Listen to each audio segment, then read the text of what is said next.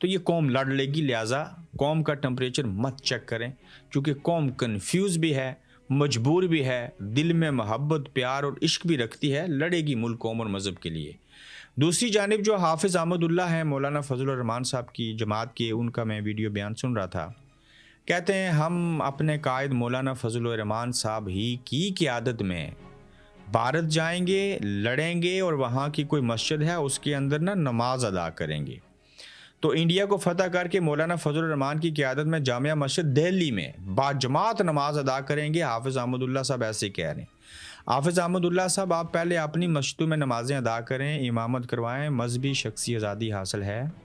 پھر کوئٹہ میں جائیں، بلوچستان میں جائیں، وہاں بعض مساجد ایسی ہیں جہاں پہ نمازیں نہیں پڑھی جا سکتی، وہاں جائیں، مسجد کو آزاد کریں. کوئٹہ اور بلوچستان کو دہشت گردوں سے آزاد کروائیں اور وہاں کی مسجد میں اذان بھی دیں، اقامت بھی پڑھیں، نمازیں پانچوں پڑھیں، باجماعت پڑھیں. آپ کو یقین کریں کوئی منع نہیں کرے گا. یہ لولے لنگڑے بیان مت دیجئے.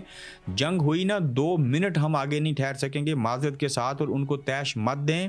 یہ بیانات دے کے کسی کی چاپلوسی کرنے کی کوشش مت کیجئے. اگر آپ لوگ میری ان باتوں سے اتفاق کرتے ہیں تو آپ نے فیڈ بیک بھی ضرور دینا. اور پھر علی محمد خان، میں حیران ہوا اس شخص سے، بڑے انٹلیکچوئل ہیں، پڑھے لکھے ہیں، باجرت ہیں، خان صاحب کے سپاہی ہیں، لیکن یہ کہہ رہے ہیں کہ میں لال قلعہ کے اوپر جھنڈا لہرا دوں گا، سری نگر جاؤں گا. علی محمد خان صاحب اس کے اوپر بڑی سخت تنقید کی ہے انہی کی پارٹی کے شہباز گیل صاحب نے بھی، کہ آپ جھنڈا تو لہرائیں گے جب قبضہ ہو جائے گا. وہاں جو آس پاس بڑی خوبصورت جگہ ہے جہاں پہ جنتی پھل بھی لگتے ہیں، وہاں پہ سیب بڑے اچھے ہیں، تو ان پلاٹوں کے اوپر اور اس رقبے کے اوپر قبضہ کون کرے گا، کون کون جو ہے وہ اس پلاٹ کو اپنے پاس رکھے گا، یہ شہباز گل کہہ رہے ہیں. مگر علی محمد خان صاحب کسی کو خوش کرنے کے لیے آپ بھی چاپلوسی کر رہے ہیں. کوئی بندہ ایسا نہیں ہے آپ سمیت جو لال قلعہ کے اوپر جا کے جھنڈا لہرائے. جب 1971 اور 65 کی جنگیں ہوئی تھی نا، یہ اگر ان فوجیوں کو آگے بڑھنے دیتے تو لال قلعہ نہیں، دہلی اور لکھنؤ بھی ہمارا ہوتا، امرتسر بھی ہمارا ہوتا. لیکن یہ واپس بلا لی گئی تھیں. اب وقت گزر چکا ہے، چڑیاں چگ گئی کھیت کے مصداق، اب وہ چیزیں نہیں رہیں. تو یہ دوسروں کو تیش دینے اور ایسا کہنا جو ہے یہ آسمان کی طرف تھوکنے کے مترادف ہے. تو لہٰذا آپ لوگوں کو بیوقوف مت بنائیے، کسی کی چاپلوسی مت کیجیے. دور حاضر میں وہ وقت گزر چکا جب کوئی کہتا تھا یہ کر دیں گے، وہ کر دیں گے، فلسطین تک میزائل مار کرتے ہیں، اسرائیل تک. ہم ہی وہ لوگ ہیں جنہوں نے مسجد اقصیٰ کو آزاد کروانا ہے، ایسا کرنا ہے. اس ملک کے اندر فلسطین کی حمایت میں، اسرائیل کی مخالفت میں احتجاج کرنے والوں کو زد و کوب کیا گیا، ان کو جیلوں میں ڈال دیا گیا. وہاں پہ آپ کہتے ہیں کہ لال قلعہ پہ جھنڈا لہراؤں گا. کون سا جھنڈا؟ اس میں ڈنڈا بھی ہوگا یا نہیں ہوگا؟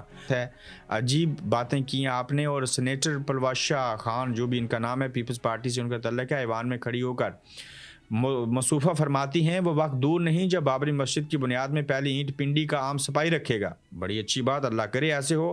پہلی اذان پاکستان کے سپاہ سالار جنرل عاصم منیر دیں گے. سوال یہ ہے کہ اس سے بڑی خوشی کیا ہوگی کہ پاکستان سے یہ جنگ جیت جائے.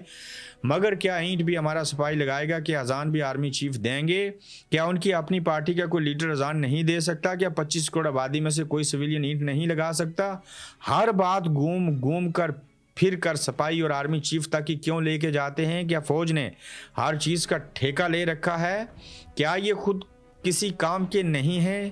بللے تللے نالائق ہیں؟ کیا بلاول کو اذان دینا نہیں آتی؟ ہمارے سپاہی ہیں یا مستری ہیں؟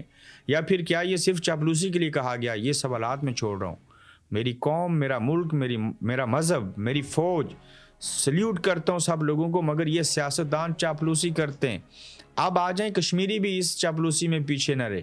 منافقت انہوں نے بھی کی، ڈرامہ بازی کی. آزاد کشمیر کے سابق وزیر اعظم راجہ فاروق حیدر خان، اس ویڈیو میں دیکھیے، تصویر دیکھیے. بڑے باجرت ہیں، نو ڈاؤٹ، بڑا جذبہ ہے جہاد کا.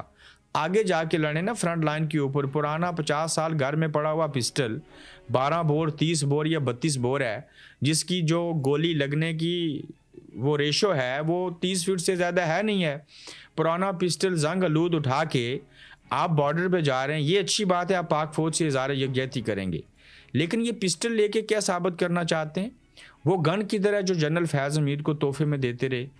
وہ گن کدھر ہے جو تنویر الیاس صاحب کے گھر سے بنا پوچھے اٹھا کے لے کے آئے تھے؟ وہ بڑی گن لے کے جاتے، یہ پسٹل اٹھا کے لے کے جا رہے ہیں، یہ توہین نہیں ہے رائے صاحب آپ کی؟